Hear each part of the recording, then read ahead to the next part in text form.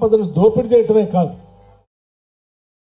స్వేచ్ఛ లేకుండా, స్వాతంత్రం లేకుండా, మాట్లాడే హక్కు కూడా లేకుండా ఒక నియంతృత్వ పోకళ్ళతో రాజులాగా పాలన చేస్తూ ఉంటే తెలంగాణ ప్రజల కన్న కలలు నిజం చేయటం కోసం కాంగ్రెస్ పార్టీ, టీఆర్ఎస్ పార్టీ చేతుల్లోంచి తెలంగాణను విముక్తి చేయటం కోసం పెద్ద ఎత్తున ప్రజానికానికి ఒక పిలుపిచ్చి రాహుల్ గాంధీ గారి నాయకత్వంలో పాదయాత్ర చేయటమే కాదు, ఇందిరమ్మ రాజ్యాన్ని తీసుకొని వస్తాం, ఈ రాష్ట్ర సంపదంతా ప్రజలకే పంచుదాం, తెచ్చుకున్న తెలంగాణ రాష్ట్రం స్వతంత్రంగా బతకాలి, తెచ్చుకున్న తెలంగాణ రాష్ట్రం ఆత్మగౌరవంతో బతకాలి అని చెప్పి మనమందరం పిలిపిస్తే తెలంగాణ రాష్ట్ర ప్రజలందరూ కూడా పెద్ద ఎత్తున టీఆర్ఎస్ పార్టీని బంగాళాఖాతంలో పడేసి ఇందిరమ్మ రాజ్యాన్ని ఈరోజు రాష్ట్రంలో ఏర్పాటు చేసి ప్రజలకి మేలు చేయాలని చెప్పి ప్రజలందరూ మనల్ని గెలిపించి దీవించి ఇక్కడ పంపించారు. సరే, కొన్ని శాసనసభ నియోజకవర్గాల్లో అభ్యర్థులు ఓటమి చెంది ఉండొచ్చు. ప్రజాస్వామ్యంలో గెలుపు ఓటములు అనేది సహజం. కానీ అంతిమంగా రాష్ట్ర వ్యాప్తంగా ఉన్నటువంటి ప్రజానికం ఇచ్చినటువంటి తీర్పు మార్పు కోరుకున్నారు.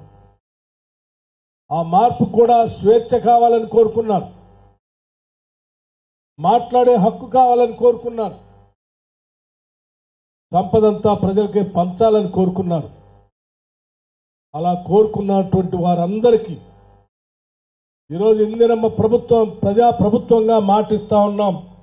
కాంగ్రెస్ ప్రభుత్వం తరఫు నుంచి ప్రజలకి ఏ వాగ్దానాలు అయితే చేసి వచ్చామో వాటన్నిటినీ నిజం చేస్తాం, ప్రజల కలల్ని వాస్తవ రూపంలో తీసుకొని వస్తామని కూడా ఈ సందర్భంగా మనం చేస్తా ఉన్నాం. ఈరోజు హైదరాబాద్, సికింద్రాబాద్ నగరాలు జంట నగరాలు. ఈ జంట నగరాలని హైదరాబాద్గా పిలుచుకుంటాం మనం. హైదరాబాద్ एक शान है, తెలంగాణ రాష్ట్రానికి ఒక గర్వకారణం ఇది. తెలంగాణ రాష్ట్రంలో ఉన్నటువంటి హైదరాబాద్ నగరంలో అనేక ప్రాంతాల ప్రజలు వచ్చి ఇక్కడ నివాసం ఉంటారు, అనేక మతాలకు సంబంధించినటువంటి వాళ్ళు ఉంటారు, అనేక మంది ఇక్కడికి వచ్చి సెటిలర్స్గా ఉపాధి పొందుతూ ఉంటారు. అందరినీ కూడా కడుపులో పెట్టుకొని అందరినీ సమానంగా చూసేదే ఇందిరమ్మ రాజ్యం, ఇందిరమ్మ రాజ్యం యొక్క ఆలోచన. కావాలని కొద్దిమంది ప్రాంతాల పేరు మీదనో, లేకపోతే మతాల పేరు మీదనో, లేకపోతే ఇంకో దాని పేరు మీదనో ప్రజల్ని రెచ్చగొట్టి ఇక్కడ law and order problem create చేయాలని చూస్తూ ఊరుకోవటానికి ఇందిరమ్మ ప్రభుత్వం సిద్ధంగా లేదు. మాకున్నటువంటి ప్రధానమైన లక్ష్యం, ఆలోచన హైదరాబాద్ నగరంలో ఉన్నటువంటి ప్రతి కుటుంబం స్వేచ్ఛగా, స్వాతంత్రంగా, సంతోషంగా బతికేటట్టుగా ఉండాల్సినటువంటి వాతావరణాన్ని కల్పించడమే మా అందరి ముందున్నటువంటి లక్ష్యం. యా గుండాగర్दी नहीं चलता, इधर नहीं चलेगा. పొరపాట్లు ఎవరైనా మా ఇష్టం వచ్చినట్టు చేసుకోవచ్చనే ప్రయత్నం చేస్తే ప్రజల ధన మాన ప్రాణాలు కాపాడటానికి పోలీసు యంత్రాంగం, మిగతా యంత్రాంగాల్ని ప్రభుత్వ పరంగా వ్యవస్థీకృతం చేసి పెట్టాం. పొరపాటున ఎవరైనా బలహీనుడు కదా, వీడు వెనక ఎవరు లేరు కదా, ఈ కుటుంబం మీద దాడి చేస్తే అడిగేవాళ్ళు లేదు కదా అనుకుంటే చాలా పొరపాటు. ప్రతి పౌరుడికి రక్షణ కల్పించడమే మా అందరి ముందున్నటువంటి ఏకైక లక్ష్యం. పొరపాటున ఆ రక్షణకు సంబంధించిన కార్యక్రమంలో కొద్దిగా మీరు మితిమీరినా ఏ రకంగా చర్యలు తీసుకోవాలో చట్టపరంగా పాలనలో అనుభవం ఉన్నటువంటి ఇందిరమ్మ రాజ్యంగా చెప్తా ఉన్నాం. ఎట్టి పరిస్థితుల్లో ఉపేక్షించాం. మొన్ననే పెట్టినటువంటి కేబినెట్ సమావేశాల్లో కూడా చాలా స్పష్టంగా చెప్పాం.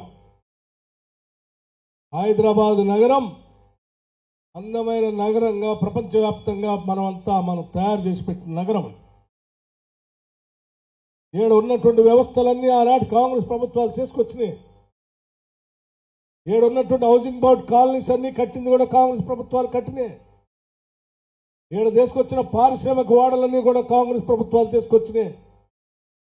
ఈడ పెట్టిన యూనివర్సిటీస్ అన్ని కూడా కాంగ్రెస్ ప్రభుత్వాలు తీసుకొచ్చినాయి. ఈడ పెట్టినటువంటి ప్రభుత్వ రంగ సంస్థలు తెచ్చింది కూడా కాంగ్రెస్ పార్టీనే.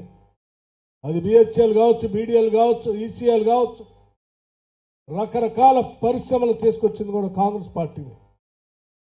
ఇక్కడ కట్టిన ఇంటర్నేషనల్ ఎయిర్పోర్ట్ తీసుకొచ్చింది కూడా కాంగ్రెస్ పార్టీనే. మనం హైదరాబాద్ చుట్టూ కట్టిన ఔటర్ రింగ్ రోడ్ కట్టింది కూడా కాంగ్రెస్ పార్టీనే.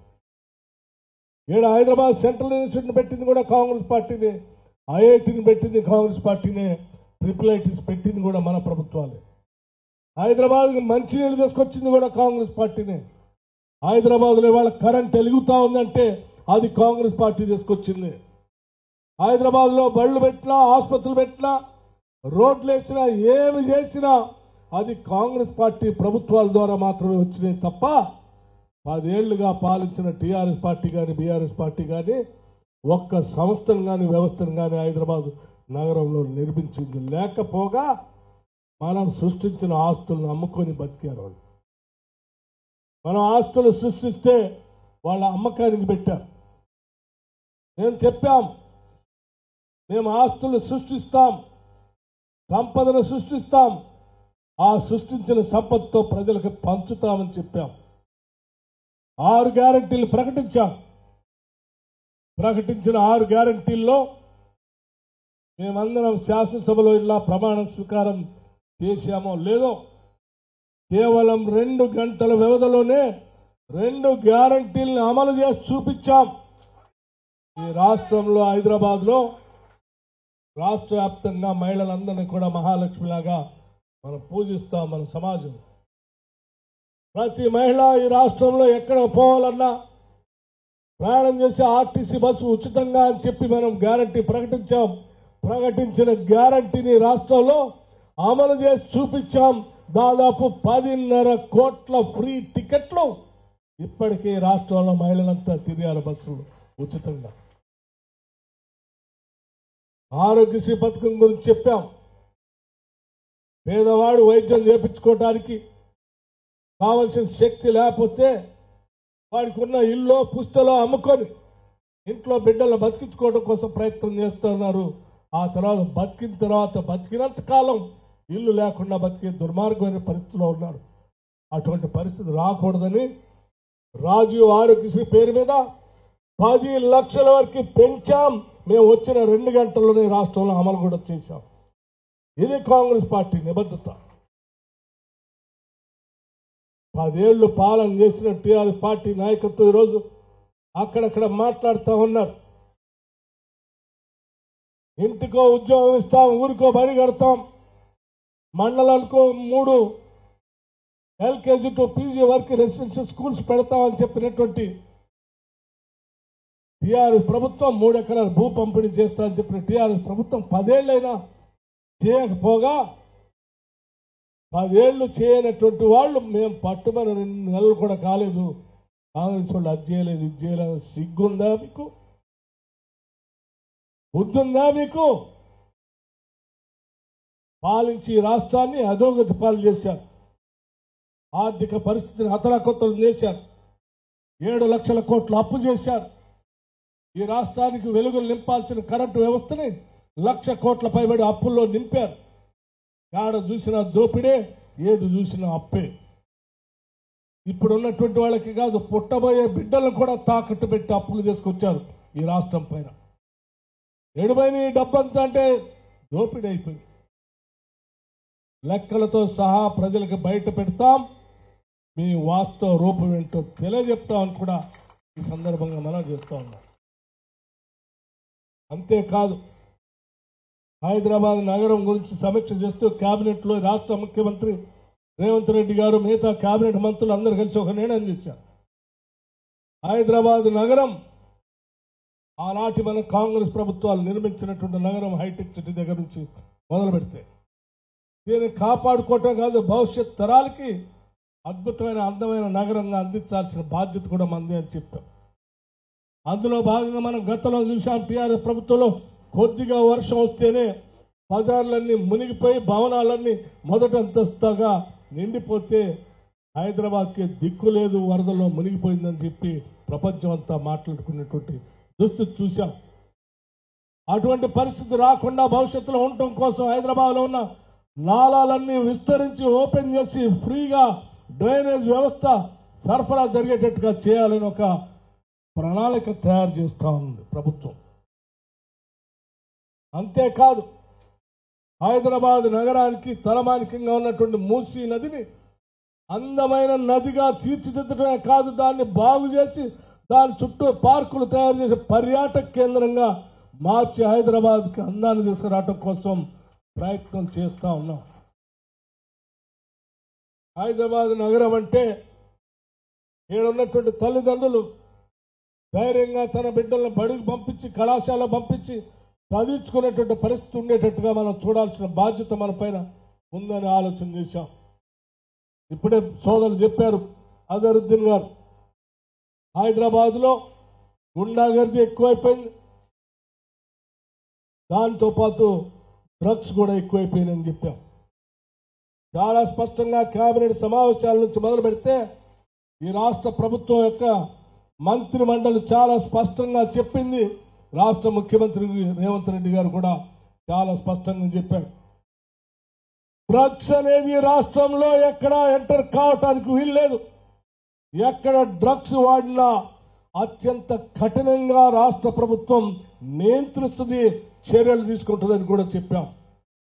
హైదరాబాద్ నగరంలో ఉన్నటువంటి తల్లిదండ్రులు ధైర్యంగా తన బిడ్డలకు ఎటువంటి అపాయం లేదు, ఇబ్బంది లేదు అనేటువంటి నమ్మకం కలిగించేటట్టుగా హైదరాబాద్ నగరం డ్రగ్స్ ఫ్రీ నగరంగా మార్చడమే మా అందరి ముందున్నటువంటి లక్ష్యం.